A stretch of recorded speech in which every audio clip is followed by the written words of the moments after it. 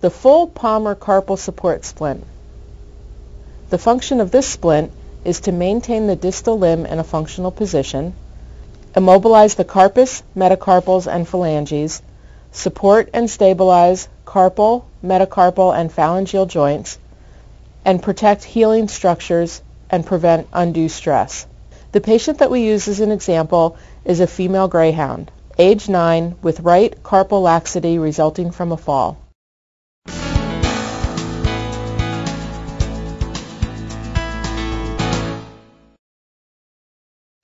The pattern is most easily made when the animal is lying down. Place a few sheets of paper towel under the animal's limb. With the magic marker, trace the shape of the limb.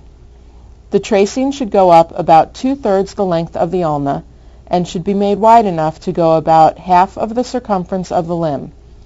Make sure that the distal part of the pattern is large enough to accommodate the animal's foot, allowing enough room for the toes to abduct when the animal bears weight on that foot.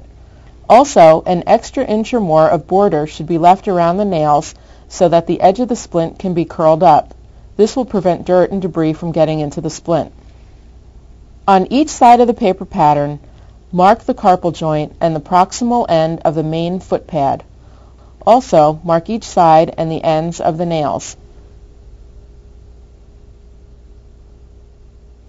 After you have finished tracing your pattern and marking the specified locations, use scissors to cut out the pattern.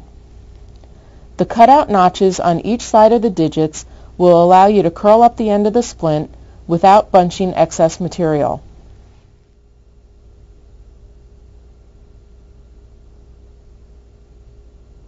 Cut out a notch at each of the marked locations so that the thermoplastic material can be molded around the angles of the limb without bunching. After you have cut out the pattern, check it against the animal's limb to ensure that the length, width, and angle notches are correct. Make sure that the distal part of the pattern is large enough to accommodate the animal's foot. Using a waterproof marker or wax pencil, trace the pattern onto the thermoplastic sheet. Preheat the electric heating pan with about 2 inches of water.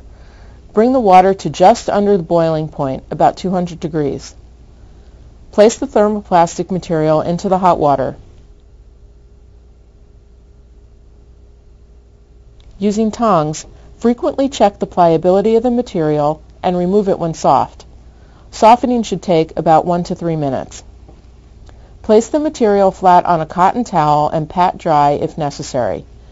Make sure that you don't fold the material since the softened material can stick to itself.